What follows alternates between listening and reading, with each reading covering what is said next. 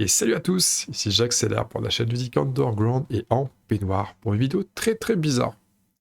Vidéo bizarre parce que d'un côté, c'est toujours un petit peu triste de mettre fin à une aventure, une campagne, dans notre cas ici, avec la campagne de Gloomhaven. Et en même temps, c'est une vidéo qui va soulager. Je vais vous exposer pourquoi. Je mets un terme à cette campagne. Donc oui, le titre n'est pas trompeur, hein, c'est vraiment un titre complètement équivoque. Je mets un terme à ma campagne Gloomhaven que vous avez vu sur la chaîne. De toute façon, vous vous en doutiez un petit peu, je pense, quand même. Avec le temps, plus ça avançait et plus l'espace entre chaque scénario était long, c'était ouais, un signe que soit j'avais moins en moins de temps à y consacrer, ou soit j'avais de moins en moins envie d'y passer du temps. C'est un petit peu des deux, au final. Et donc allons-y, déballons le sac. Donc ce Gloomhaven, bon déjà, quand même, merci à tous ceux qui ont suivi la campagne, c'était cool. C'était cool de partager ça avec des personnes vraiment motivées, qui marquaient leur enthousiasme via des commentaires quand je publie une vidéo. C'est toujours plaisant quand on publie une vidéo et qu'on voit quelqu'un qui commente quelque chose du genre « Ah cool, paf, allez, je m'installe, je regarde ça tranquillement ». Ça fait plaisir parce que c'est vraiment une marque d'encouragement, de respect, de bienveillance, de tout ce que vous voulez, mais vraiment que des choses positives. Donc c'est plutôt cool. C'est plutôt cool. Et néanmoins, le jeu... Alors, c'est délicat. J'ai vraiment une relation vraiment très spéciale avec Gloomhaven. Le jeu, il est excellent. Pour pas dire génial. Mais il est génial. Je peux le dire aussi, je le pense. Le jeu est vraiment bon. Il est riche. Il est plutôt bien équilibré.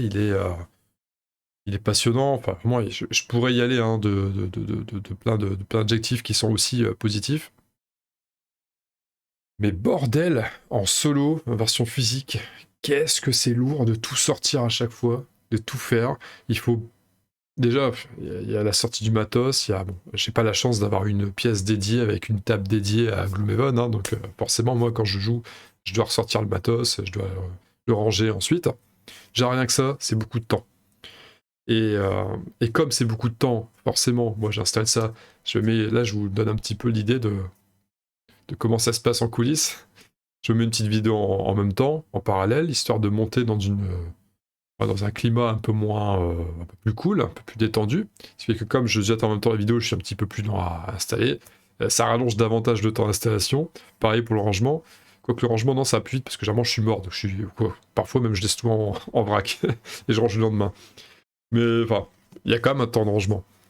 Donc voilà, l'installation qui prend du temps, le rangement qui prend du temps. La partie, il faut la jouer, mais après, il faut préparer la vidéo, installer tout ce qu'il faut pour la vidéo, prendre le temps d'expliquer pourquoi on fait tel choix, faire des choix au préalable, hein, bien sûr, parce que je pars sur des choix, mais sur les vidéos, vous voyez que l'explication, la justification des choix, mais la plupart du temps, vous voyez pas mon temps de réflexion, qui est quand même souvent conséquent aussi. Et je ne parle pas du montage de la vidéo. Il faut aussi rester très focus parce qu'il faut enregistrer enfin, faut faire manœuvrer les adversaires. Il faut essayer de faire en sorte qu'il n'y ait pas trop de coquilles dans le jeu. Bon, je fais toujours des erreurs parce que vous voyez, tout ça, en fait, tout à gérer, pour le cerveau, c'est usant. Et il faut parler en même temps pour commenter. Vraiment, c'est un exercice qui est vraiment pas si facile que ça. C'est crevant. À chaque fois que je fais une partie de Gloomhaven, je suis crevé. Parfois, je suis même déjà crevé au début de la partie. Donc c'est parce qu'en plus, généralement, j'enregistre mes parties la nuit, c'est le seul moment de la journée. C'est bizarre de dire ça, la nuit, le seul moment de la journée. C'est le seul moment des 24 heures où je suis vraiment tranquille chez moi, où je peux faire ça sans déranger quelqu'un ou sans être dérangé par quelqu'un. Donc ouais, vraiment, partir sur un scénario de Gloomhaven et l'enregistrer pour le mettre sur YouTube, c'est quelque chose de costaud. C'est vraiment quelque chose de costaud, c'est un véritable investissement, c'est même un marathon. Enfin, pour moi, c'est un marathon. Je suis parti pour plusieurs heures à chaque fois, pour un scénario. Donc ça, honnêtement, au début, c'est rigolo à faire, on se prend au jeu, et puis avec le temps, ça esquinte, quoi, ça crève. Et ouais, il y a un moment donné où j'arrive plus. En tout cas, moi, j'ai passé ce cap. je prends plus de plaisir parce que j'ai l'impression de devoir... Alors, c'est assez étrange, hein, j'ai l'impression de devoir quelque chose. Le fait d'avoir entamé une campagne et de savoir que vous êtes un certain nombre à me suivre là-dessus, j'ai le sentiment de vous devoir quelque chose, alors que je vous dois rien du tout, au final. Je dois absolument rien. Je suis pas payé pour faire ça, j'ai pas de contrat pour faire ça, c'est vraiment un pur plaisir. Et c'est plus du bonus pour ceux qui veulent, pour ceux qui apprécient et ceux qui veulent regarder ça. Mais c'est bizarre, ça met dans une situation où où je finissais par me sentir un petit peu obligé de continuer, sans en avoir tellement envie, ou... Ouais, donc... c'est dur, hein. Quand on vient de poster une vidéo et qu'on voit des messages enthousiastes qui disent « Ah bah vivement la suite !» Là je dis « Ouais mais mon gars, attends, je viens de passer 6 heures d'affilée à faire tout ça, et je vais de la finir, j'ai envie d'être cool, vivement la suite ! Allez, on en veut encore !» Waouh, putain, l'impression. Bon, ouais, je rajoute peut-être un petit peu dans ma façon d'évoquer ça. Mais n'empêche que, étant un grand sensible, forcément, ah oui, bah, je prends tout à cœur, et donc j'ai envie de... J'aime bien que les personnes qui me regardent soient heureuses, soient contentes, donc ils me disent ça, bah, je me dis, ah bah, elles sont contentes de me regarder, donc il faut que j'en donne plus. Sauf que c'est un petit peu au prix de ma santé mentale, parce que je tiens un peu sur la corde, j'ai pas trop envie d'en faire en ce moment, voilà, c'est un peu compliqué. Voilà, en gros, en partie pourquoi je veux plus sortir Gloomhaven en physique, j'arrive plus, c'est vraiment trop, c'est trop. Et surtout, ça souffre en fait, à la rigueur, il y aurait que ça. Mais le problème, c'est que cette version physique, dans ma tête, elle souffre terriblement de la comparaison avec la version numérique. La version numérique du jeu, elle est fidèle au jeu de plateau, vraiment en tout point, ou quasi tout point. Vraiment, il y a quasiment rien qui change. Et quelle facilité, quoi. La version numérique, on lance le jeu, ok. Les adversaires, on s'en soucie pas, c'est le jeu qui les gère.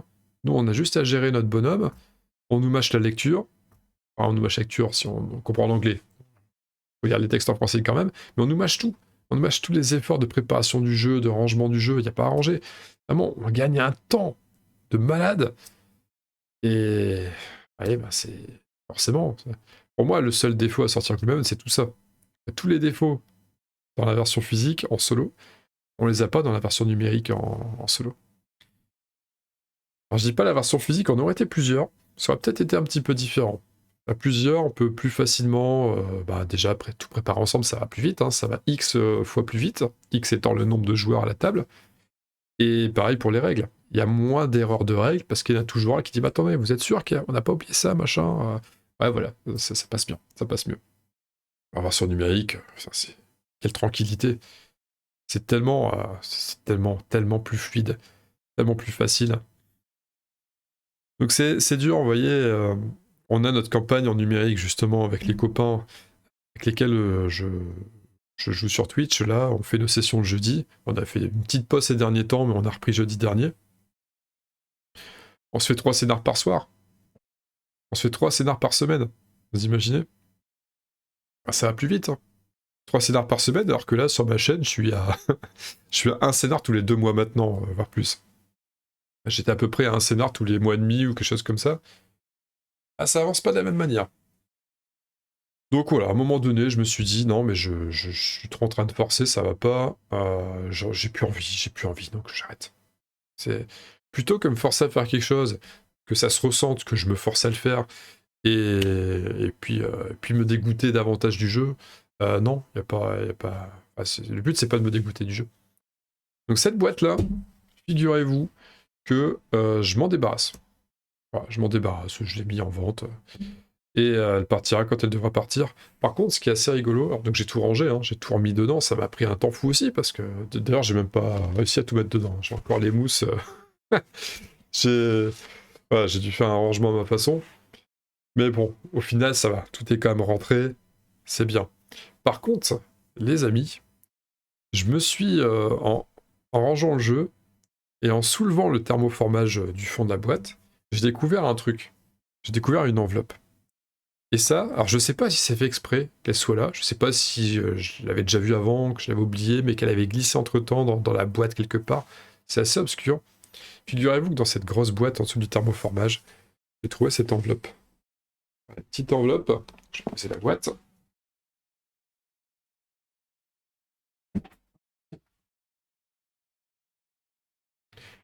Une petite enveloppe comme ça, de rien du tout. Hop, on va zoomer dessus. On va zoomer, on va faire le point. Et il est marqué, j'ai été interpellé par ce texte assez énigmatique qui disait « Ouvrez cette enveloppe, car vous jugerez que vous le méritez ». C'est vraiment marrant. Alors je pense pas que ce soit une enveloppe spéciale qui était introduite uniquement dans cette boîte de jeu-là, que je sois un euro vénard, que dedans c'est un bon pour, je sais pas moi, 50 balles à Carrefour, ou j'en sais rien, je dis n'importe quoi. Mais ouais, j'ai vu ça, c'est marrant, je me suis dit, tiens, je tombe dessus au moment où je veux stopper la version physique. C'est con, c'est con. Et bien justement, parce que c'est con, je vais l'ouvrir en vidéo. Donc, elle est scellée, hein. Elle est complètement scellée, il y a le fameux sticker là, qui il est pas ouvert. J'essaie de regarder un petit peu, il y a un truc là, mais je sais pas trop ce que c'est. Et je vais l'ouvrir devant vos grands yeux ébahis. Bon, si c'est un truc à traduire avec l'espèce d'alphabet où il faut retranscrire, bah tant pis. C'est mort. Il est rangé au fin fond du truc. On laisse tomber. Par contre, si c'est pas le cas, on verra. Donc je n'en profiterai pas. Ah, donc je stopperai la campagne. On va voir ce que c'est. On va l'ouvrir, ça sera le dernier truc à ouvrir ensemble. Ce qui fait que le prochaine personne qui profitera de la boîte, tant pis, elle sera ouverte pour lui. Hein. Et c'est un texte débloqué, le scénario La ruche des persécuteurs. 76. Aurez-vous le courage d'affronter la nuée? Et c'est tout. D'accord. Donc il y a un scénario, La ruche des persécuteurs, le scénario 76, qui est le fameux... voilà, qui a un scénario. Quand on juge qu'on le mérite, on ouvre ça, mais bon, c'est un scénar, quoi. Hein. Je sais pas si... pas trop à quoi ça mène. Donc ça, à la rigueur, bah, je m'attendais à autre chose, tiens, c'est marrant. Je m'attendais à quelque chose d'autre, peut-être un objet magique ou un truc comme ça. Pas trop ce que ça aurait pu être d'autre qu'un objet magique. Bon, ok, c'est un scénar de plus. Ça me dit rien en version numérique, je pense pas qu'on l'ait eu celui-là, la ruche des persécuteurs. Je me souviens qu'on ait affronté des persécuteurs dans la campagne Guilde des Marchands, et pas dans celle-là. Bon. Voilà, en tout cas, concernant Gloomhaven version physique, pour moi, c'est plus la peine. Alors c'est marrant en plus, on a eu une période où Gloomhaven reprend un petit peu de hype pour deux raisons. C'est Les Mâchoires du Lion, qui est sorti il y a pas longtemps en français, en version physique aussi, et Frosthaven, hein, forcément, qui est...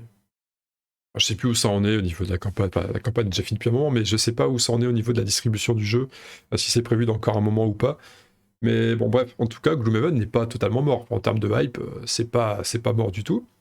Alors, on voit des parties de Jaws of the Lion, donc les mâchoires du lion, ce fameux jeu standalone de Gloomhaven qui est en version plus compacte et édulcorée pour faire rentrer dans le jeu des joueurs qui sont peut-être moins de base, qui seraient un peu plus réticents à rentrer dans le gros Gloomhaven.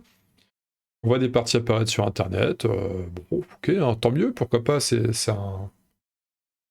très bien.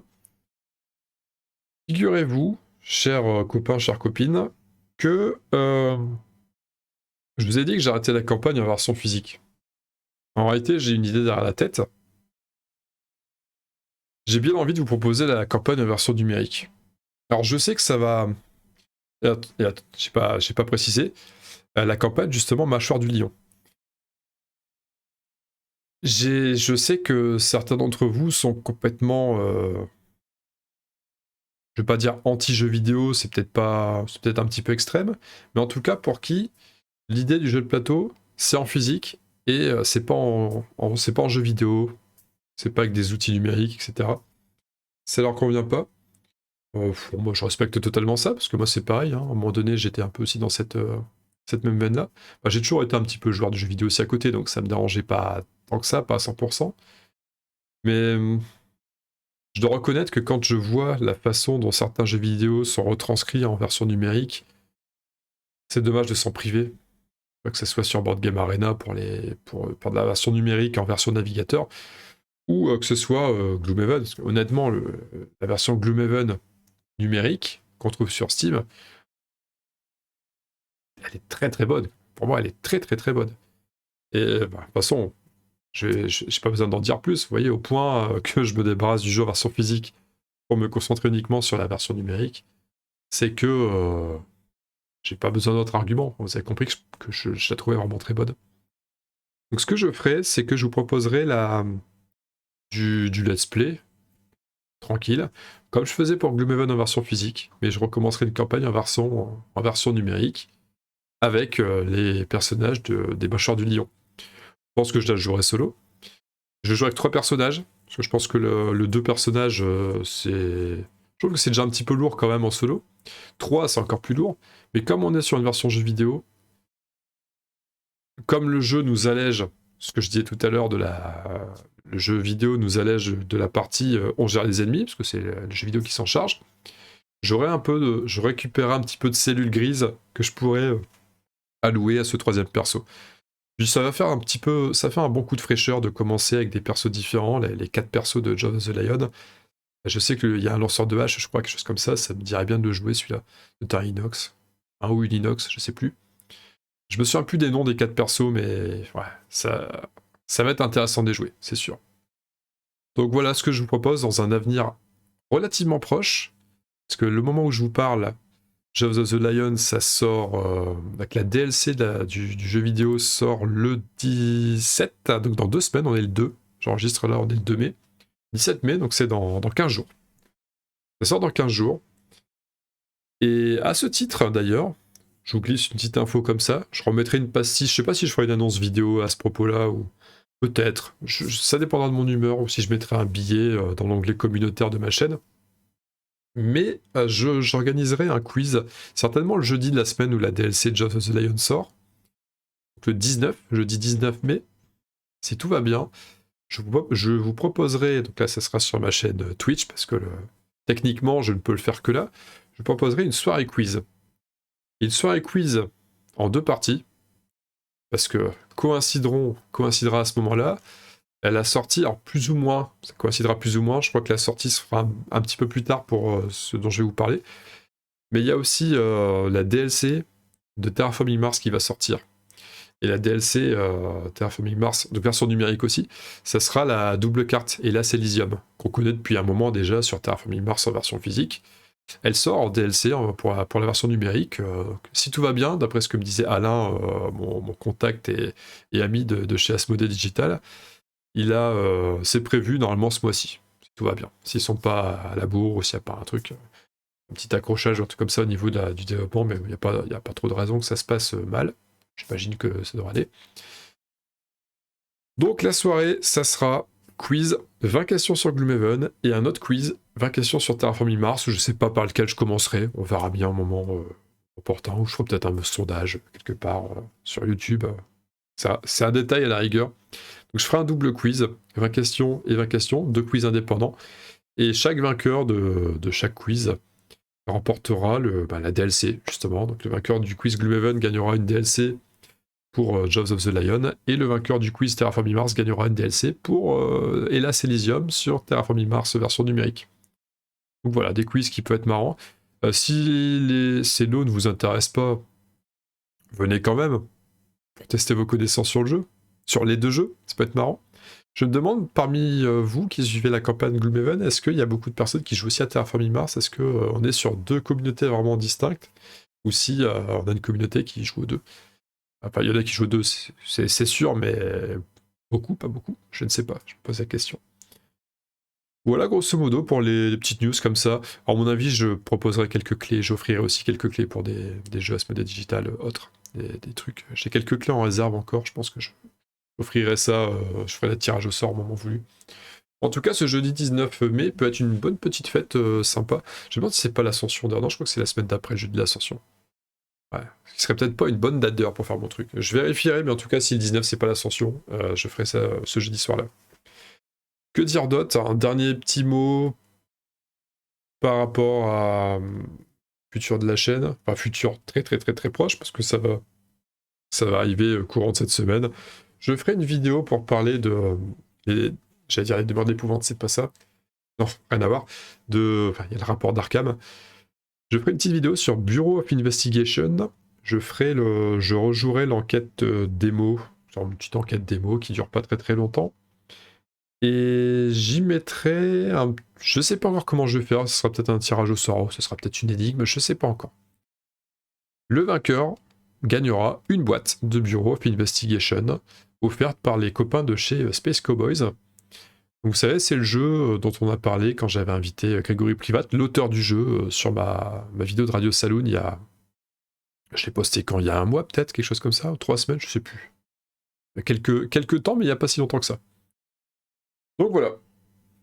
Il y aura ça à gagner sur la chaîne, ce sera la première fois que je mettrai une boîte physique à gagner sur la chaîne, ça va être cool. J'ai pas plus à en dire, bon, ça fait déjà 20 minutes qu'on est là, juste pour vous expliquer que Gloomhaven, bon bah c'est cool, mais je stoppe en version physique, je reprendrai en version numérique, donc attendez-vous à ce que le démarrage de la campagne en version numérique, bah, ça soit d'ici 15 jours, 3 semaines, hein. Bien sûr, je peux pas commencer à faire de vidéo si la DLC n'est pas encore disponible. Là-dessus, c'est un peu logique. Et j'ai pas précisé, en plus j'aimais pas jouer l'intendant sur version physique. J'aime pas l'intendant. Voilà, fallait que je le glisse comme ça entre deux. C'est vrai que j'en ai pas parlé, mais j'avoue, j'aurais pu. C'est un autre petit défaut. Alors c'est pas vraiment ça qui m'a donné totalement envie d'arrêter. Mais je trouvais ça un peu chiant jouer l'intendant. Il a un énorme potentiel, hein, je suis d'accord. Mais ouais, ok. Bon bah, il est jamais fatigué avec ses potions, ses machins, ses trucs, super. Youhou, il est jamais fatigué. Quel challenge. Ouais, c'est ça. C'est un peu dommage. Mais par contre, ce qui fait qu'il était très lent à l'action pendant les parties. Voilà. J'ai pas plus à dire. Des gros bisous. J'espère que vous n'avez pas trop pleuré devant cette annonce de la fin de la campagne. Des gros bisous à vous. À très bientôt. À très vite. Salut.